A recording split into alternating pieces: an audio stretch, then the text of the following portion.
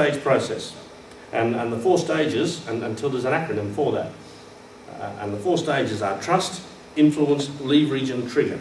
So how do you first of all be able to build trust and put yourself in a position of trust with your client, which then allows you to put yourself into a position of influence. You build the trust first, then you put yourself into a position of influence. After you've put yourself into a position of influence, you'll be able to use that position to be able to create leverage, which is the L. And then once you be able to create your leverage, you will move the customer forward and be able to identify what are the trigger points which are going to cause them to want to buy right away. Does that make sense? And this is in no way contradictory with the old AIDA formula, which I think was the first 4-step formula ever created in sales, which was attention, interest, desire and action.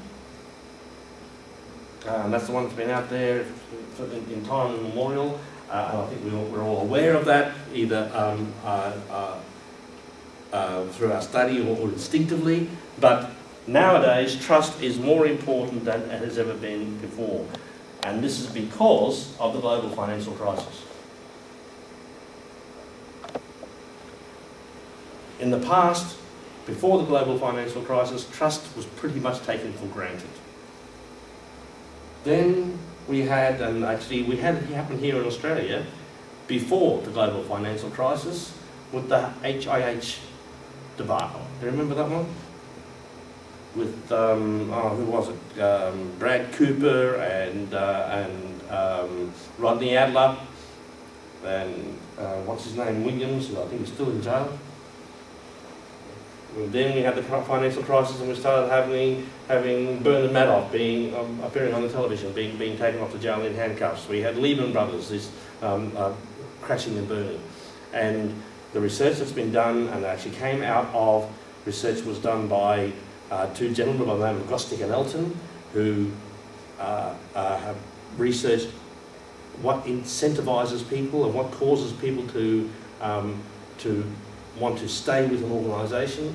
And what they did was they surveyed 2,500 companies around the world with the research coming out in March of this year, and they identified 2 things which have always been on the list of things that are important for customers, but nowadays they've become top priority. And number 1 is trust, and the second one is the governance ability of the boardroom. And what they've identified, and again Harvard Business Review last month did some research to be able to identify what they believe is going to be the trends for consumers post-recession. And what they've identified is that the focus on the boardroom and the governance in the boardroom will probably fade away once it stops being front of mind because it's in the headlines. But the desire to be able to find another human being where we can build a true level of trust with that person is going to continue. And so we can't take trust for granted. And to me, trust is one of the most important things.